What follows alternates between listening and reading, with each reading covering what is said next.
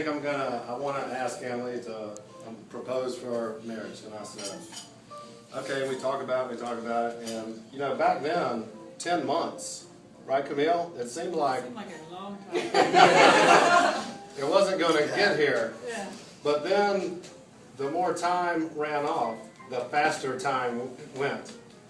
And it's been a beautiful, wonderful ride these last 10 months because we've gotten to get to know Emily.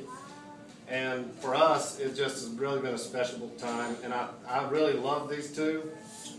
And their honor and the character that they have, I know is going to just touch the people that are lucky to be around them in the days to come. So I'm really, really proud and pleased that y'all were here today doing this thing right here.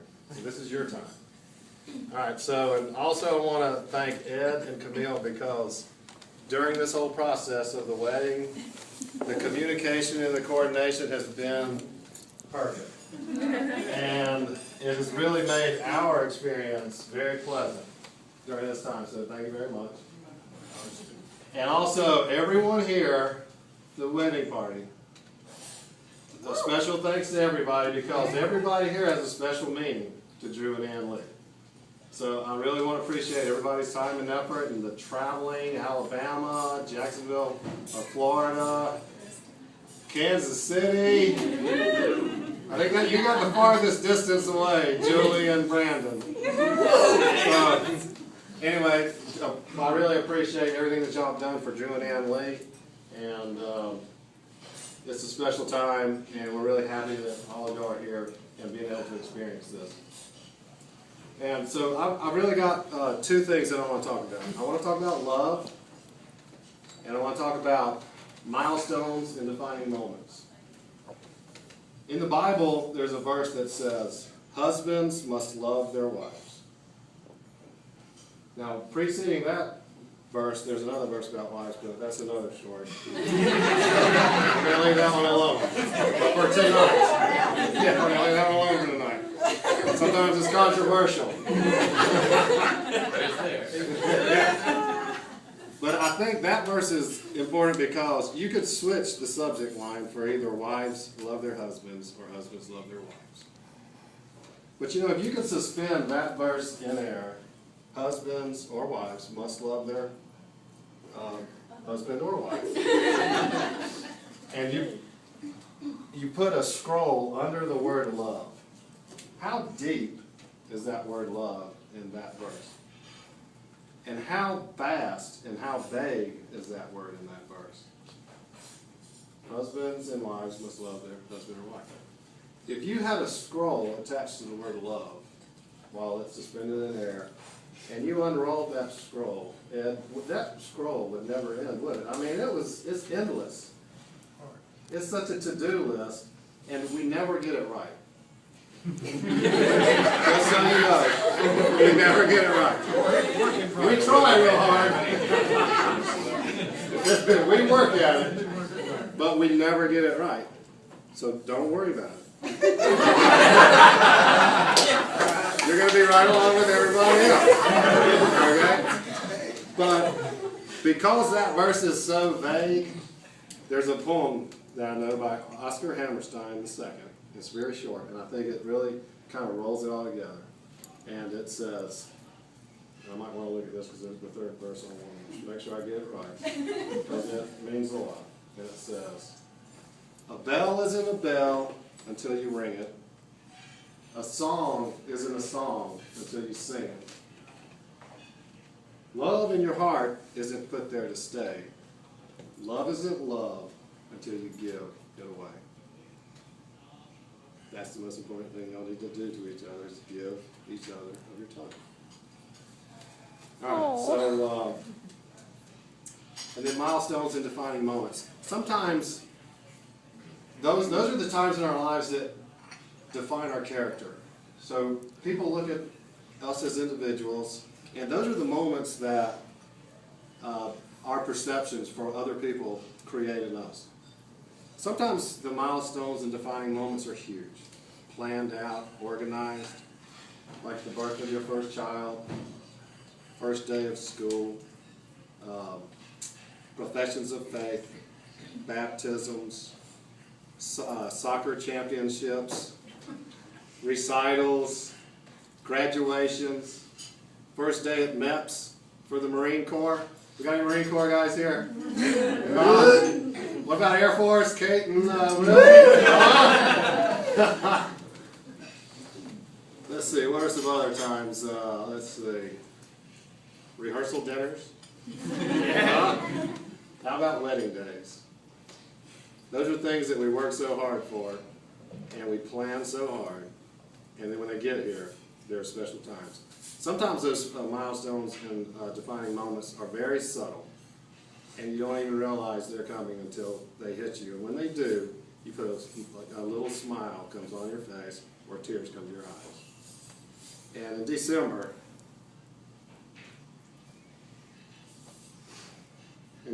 we had one of those subtle moments.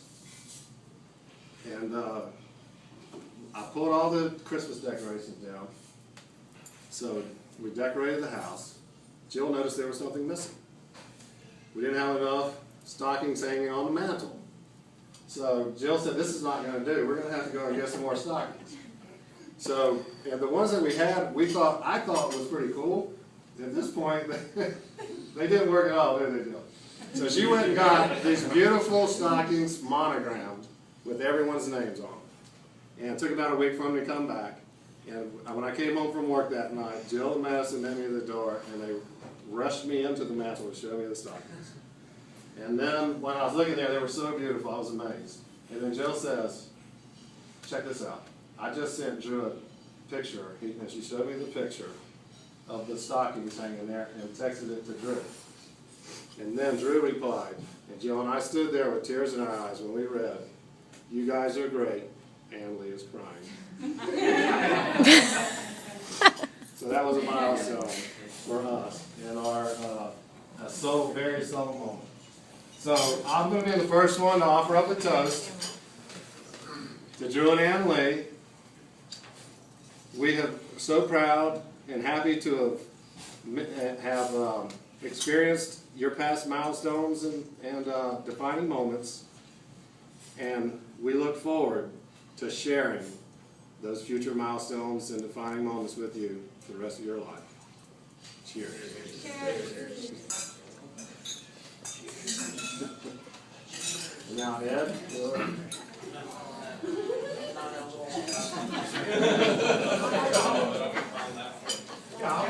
I'll take an opportunity to offer a little bit of a toast to Drew and Ann Lee, but I guess my first toast has to go to our host and hostess. Thank you so much for this evening. It's been absolutely wonderful. This has been just special. Like all fathers, we want so much for our children, and we think of what we hope for in the way of a son-in-law, and in fact, I made a little list some time ago of what I hoped for, and I just thought I'd spend a few minutes going down that list to see kind of what I wound up with. And very briefly, the top of my list was that the relationship be built on friendship. And I'm delighted Drew and Ann Lee were friends first and share so many friendships. So Drew, I admire and toast to you the strength of your friendship represented here. You and Ann Lee are blessed.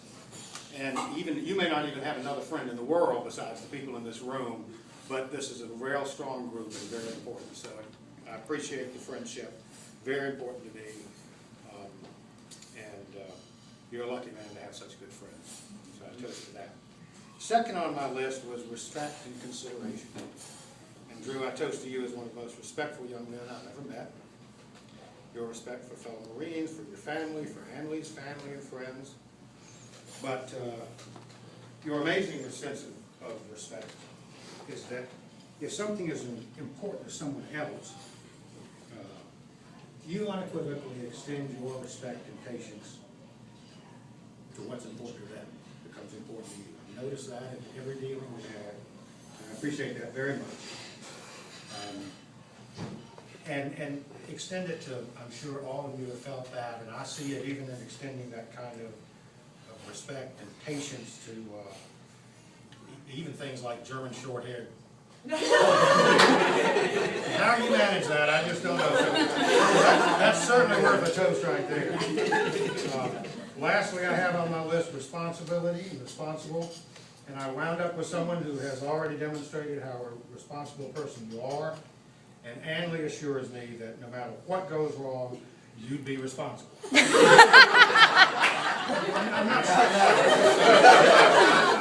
I'm not sure she meant it quite like that. I did. Yeah. But in the end, though, I can kind of forget my list, not just because I wound up with more in Drew than I could ever hope for, but because deep in my heart and in hers, I know Emily loves you. So here's to Drew, friend of many, respectful, responsible, and most importantly, the man my daughter loves. Cheers!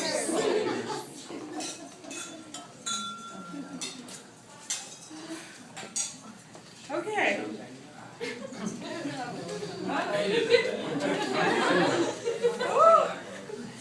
All right. So, mine's not quite as sweet. I'm feeling a little guilty for my choice here, but we'll go with it. So I'm Allison Ellis, for those who don't know me. I'm lucky enough to be... Oh. Sorry. You can't say that yet. Well, that was good.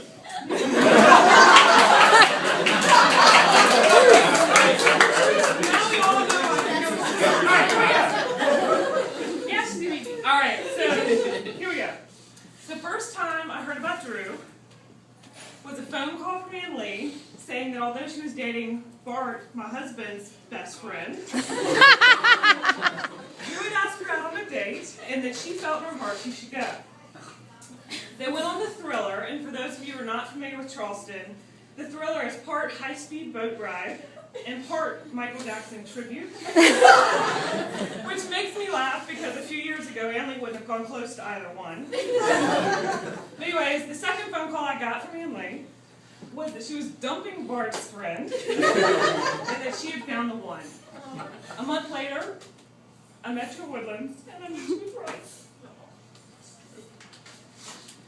Come on. All right, here we go. So I had such wonderful memories of growing up with Ann Lee. Memories like floating toothbrushes down gutters in the rain. What? Creating houses.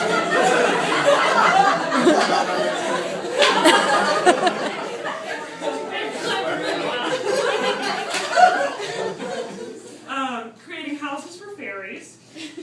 Putting barricades up in the middle of the street to force people to stop at our lemonade stand. Riding bikes all the way to Eckerd's just to suck helium out of the tanks. Going to bingo in the country club. And trying to be more like the Anderson girls. They would never understand. I have so many stories. I thought it was my sisterly duty to share a couple more tonight. First, Anley has always been very nervous about driving. In fact, she's the only teenager I know whose parents actually forced her to go get her driver's license. Yet, somehow, since she is the most conservative driver, she's still been able to accumulate a laundry list of driving oops, including hitting numerous things while driving on the highway, backing into a brick mailbox, and running over her very own sister with an ATV. Something she can still barely talk about without tearing up. Another good story about Ann Lee is swim team. After being, you're already laughing. So we were in swim team together, and we would be dropped off at the country club, and I would head for the water, and Ann Lee would very quickly disappear. Then swim team would come over, and we would all pile back in the car, soaking wet. Turns out Annalie was wet because she would go into the locker rooms and sit in the hot showers instead of, as she says,